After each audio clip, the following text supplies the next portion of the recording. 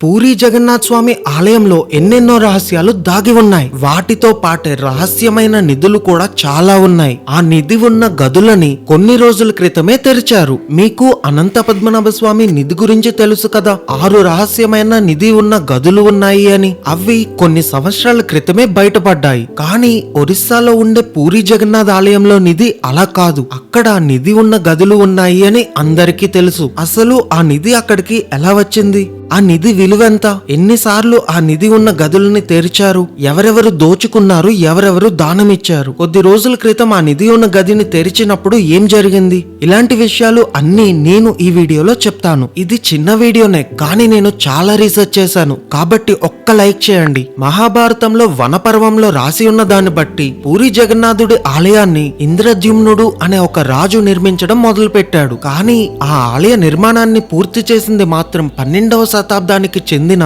అనంతవర్మ చోడగంగ అనే ఒరిస్సాకి చెందిన రాజు. అయితే ఈ ఆలయం నిర్మాణం పూర్తయిన తర్వాత ఈ రాజు ఏం చేశాడంటే, ఈ ఆలయంలో జరిగే ముఖ్యమైన సంఘటనలన్నీ భద్రపరచడం కోసం మడల పంజి అనే ఒక పుస్తకాన్ని పెట్టి దాన్ని రచించడానికి భద్రపరచడానికి కొన్ని మంది మనుషులను నియమించాడు. ఈ మడల పంజి అనే పుస్తకంలో జగన్నాథుడి ఆలయంలో జరిగే ముఖ్యమైన సంఘటనలన్నీ సంవత్సరానికి ఒక్కసారిగా రాస్తారు. అలా ఈ పుస్తకం బట్టి ఎవరెవరు దీనికి దానం ఇచ్చారు, ఎవరెవరు ఈ ఆలయాన్ని కొల్లగొట్టారు అనే విషయాలు మనకి తెలిసాయి. అయితే ఈ ఆలయంలోకి నిధి ఎలా వచ్చింది అనే విషయం చెప్పే ముందు అసలు ఆ నిధి ఉన్న గది ఎక్కడ ఉంది అని చెప్తాను. మనం దర్శనం చేసుకోవడానికి వెళ్లే ఆలయం పక్కన ఉత్తర దిశగా ఒక పెద్ద గది ఉంటుంది. దాన్నే బాహర్ బండార్ అని అంటారు. ఈ బాహర్ బండార్ లో ఆ జగన్నాథ స్వామికి నిత్యం ఉపయోగించే ఆభరణాలు, కిరీటాలు వంటి వస్తువులు ఈ గదిలో ఉన్నాయి. కాబట్టి ఈ గదిని తరచుగా తెరుస్తూ ఉంటారు. కానీ ఈ గది లోపలే బీదర్ బాండార్ అనే మరో గది ఉంటుంది. ఆ బీదర్ బాండార్ లో నిధులతో పాటు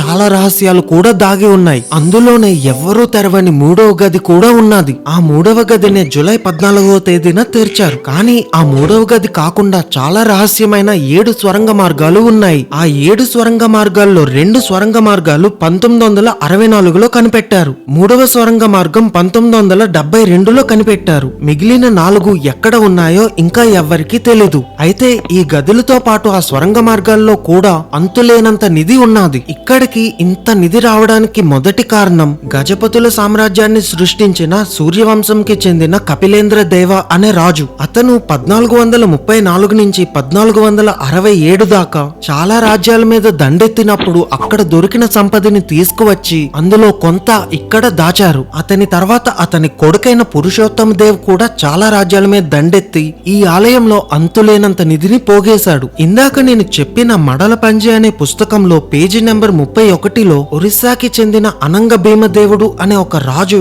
దాదాపు 1,25,000 తులాల బంగారాన్ని ఈ గుడికి దానంగా ఇచ్చాడు. ఆ తర్వాత మరో రాజైన రాజరాజదేవ 16 ఏనుగులతో మోయించిన బంగారాన్ని ఈ గుడిలో భద్రపరిచారు. ఇలా చాలా మంది రాజులు ఈ ఆలయానికి దానంగానో లేదా ఇక్కడ భద్రపరచడానికో అంతులేనంత నిధిని తెచ్చి ఇక్కడ నిక్షిప్తం చేశారు. కానీ ఈ ఆలయం మీద దాదాపు 18 సార్లు దండయాత్రలు జరిగాయి. అప్పుడు చాలా వరకు నిధిని కొల్లగొట్టుకుని తీసుకువెళ్లిపోయారు. మొదటగా దండయాత్ర 9వ శతాబ్దంలో రాష్ట్రకూటుల చేత జరిగింది. 9వ శతాబ్దం అంటే ఈ ఆలయ నిర్మాణం పూర్తవ్వక ముందే. ఆ తర్వాత బెంగాల్ సుల్తానులు, ఆ తర్వాత ముఘలులు, ఆ తర్వాత రాజపుట్లు, ఇలా చాలా మంది ఆలయం మీద దండయాత్ర చేసి చాలా వరకు దోచుకొని పోయారు. కానీ ఆఖరిగా దోచుకున్నదైతే బ్రిటిషర్స్ అనే చెప్పాలి. ఎందుకంటే 1905వ సంవత్సరంలో బ్రిటిష్ ప్రభుత్వం ఈ నిధి ఉన్న గదిని తెరవాలని నిర్ణయించుకుంది. కానీ వాళ్ళ గదిని తెరిచిన తర్వాత అక్కడ ఏం ఉంది, ఎంత ఉంది అని లిఖితపూర్వంగా రికార్డు మెయింటైన్ చేయకుండా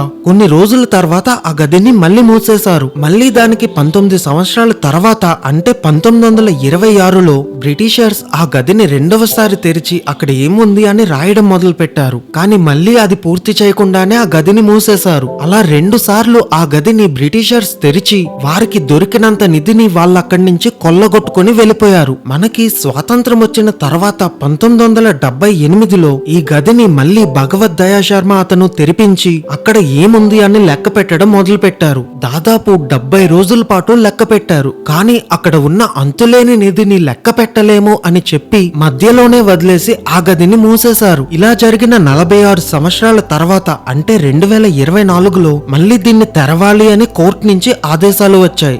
దాని ప్రకారం జూలై 14వ తేదీన ఈ గదిని తెరవాలి అని ఒక కమిటీని నిర్ణయించారు. అయితే బాహర్ బండార్ అనే ఒక గది గురించి చెప్పాను కదా, దాన్ని తెరవడానికి కేవలం ఒక తాళం చెవి మాత్రమే ఉంటుంది. అది కూడా ఆలయ సిబ్బంది దగ్గర ఉంటుంది. కానీ దాని లోపల ఉన్న ఈ బీదర్ బండార్ తెరవడానికి మొత్తం 3 తాళం చెవిలు ఉంటాయి. అందులో ఒకటి ఆలయ సిబ్బంది అయిన బాండార్ అధికారి దగ్గర ఉంటుంది, రెండవది గజపతి రాజుల దగ్గర ఉంటుంది, మూడవది డిస్ట్రిక్ట్ కలెక్టర్ ఆఫీస్ లో ఉంటుంది. అయితే ఈ 3 తాళాల్లో ఒక తాళం చెవి కనిపించకుండా పోయింది. అయితే ఆ కనిపించకుండా పోయిన తాళంకి డూప్లికేట్ తాళం ఎక్కడ ఉంది అని కనుక్కొని ఆ తాళాలతో ఈ గదిని తెరుద్దాం అనుకున్నారు. దాంతో వీళ్ళు పెట్టుకున్న ముహూర్తం జూలై 14వ తేదీన ఆదివారం మధ్యాహ్నం 1:28 పూజను ప్రారంభించి జిల్లా మెజిస్ట్రేట్, పూరి ఎస్పీ ఇంకా ఆ కమిటీలో ఉండే 11 మంది బృందం అక్కడికి బయలుదేరారు. అక్కడ నాగబంధనాలు లాంటివి ఏమైనా ఉంటాయేమో, పైగా ఆ గదిని చాలా సంవత్సరాల నుంచి తెరవలేదు కాబట్టి అక్కడేమైనా విష సర్పాలు ఉంటాయేమో అని పాములు పట్టే వాళ్ళని,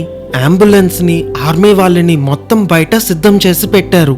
దాంతో ఆ పూజ ముగిసిన తర్వాత వాళ్ళ దగ్గరున్న ఆ 3 తాళం చెవులతో ఆ గదిని తెరవడానికి ప్రయత్నించారు. కానీ ఆ గది ఎంతకీ తెరుచుకోలేదు. దాంతో అక్కడే ఉన్న మెజిస్ట్రేట్ అనుమతి తీసుకొని ఆ గది తలుపుల్ని పగలగొట్టారు. ఆ తలుపులు పగలగొట్టగానే వాళ్ళల్లో ఎస్పీ మిశ్రా అక్కడే కళ్ళు తిరిగి పడిపోయారు. దాంతో అతన్ని బయట ఉన్న అంబులెన్స్ లోపలికి పంపించి మిగిలిన వాళ్ళు ఆ గది లోపలికి వెళ్లి చూశారు. అందరూ ఊహించినట్టే ఆ గదిలో ఎంతో అమూల్యమైన నిధి ఉన్నది. ఎప్పటినుంచో రాజులు దాచిన విగ్రహాలు, కిరీటాలు, సింహాసనాలు, నగలు, ఆభరణాలు, వజ్రాలు, వైడూర్యాలు ఎన్నెన్నో ఉన్నాయి. కానీ వందల సంవత్సరాలు అందులో ఉండడం వల్ల కొన్ని ఆభరణాలు, విగ్రహాలు మాత్రం నల్లగా మారిపోయాయి. అక్కడ దొరికిన నగలు ఒక్కొక్కటి 120 తులాలు ఉన్నది. 100 తులాలకు పైగా ఉన్న ఆభరణాలు మొత్తం 74 ఉన్నాయి. వాటితో పాటు బంగారం పళ్ళాలు, వజ్రాలు చాలా దొరికాయి. కానీ వాటిని బయటకు తెద్దాం అనుకునే లోపే సూర్యాస్తమయం అయిపోయింది కాబట్టి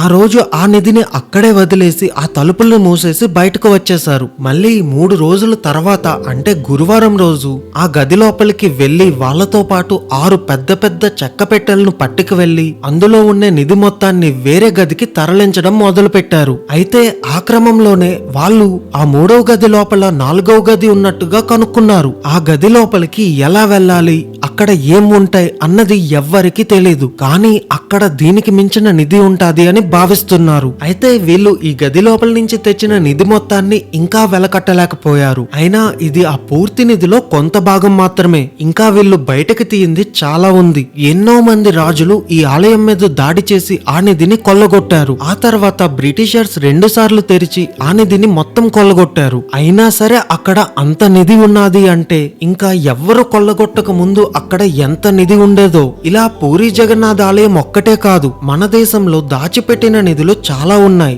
అయినా దాచిపెట్టిన నిధులే ఇంతుంటే అప్పట్లో మన సంపద ఎంత ఉండేదో కదా. చరిత్రలోనే అత్యంత ధనికమైన దేశం మన భారతదేశం. కానీ బ్రిటిషర్స్ వచ్చిన తర్వాత అతి పేద దేశంగా మారిపోయింది. ఒకవేళ బ్రిటిషర్స్ గనక మన దేశానికి రాకపోతే మన పరిస్థితి ఎలా ఉండేదో కింద కామెంట్ చేయండి. ఒక్క లైక్ చేసి అందరూ చెప్పండి భారత్ మాతాకి జై.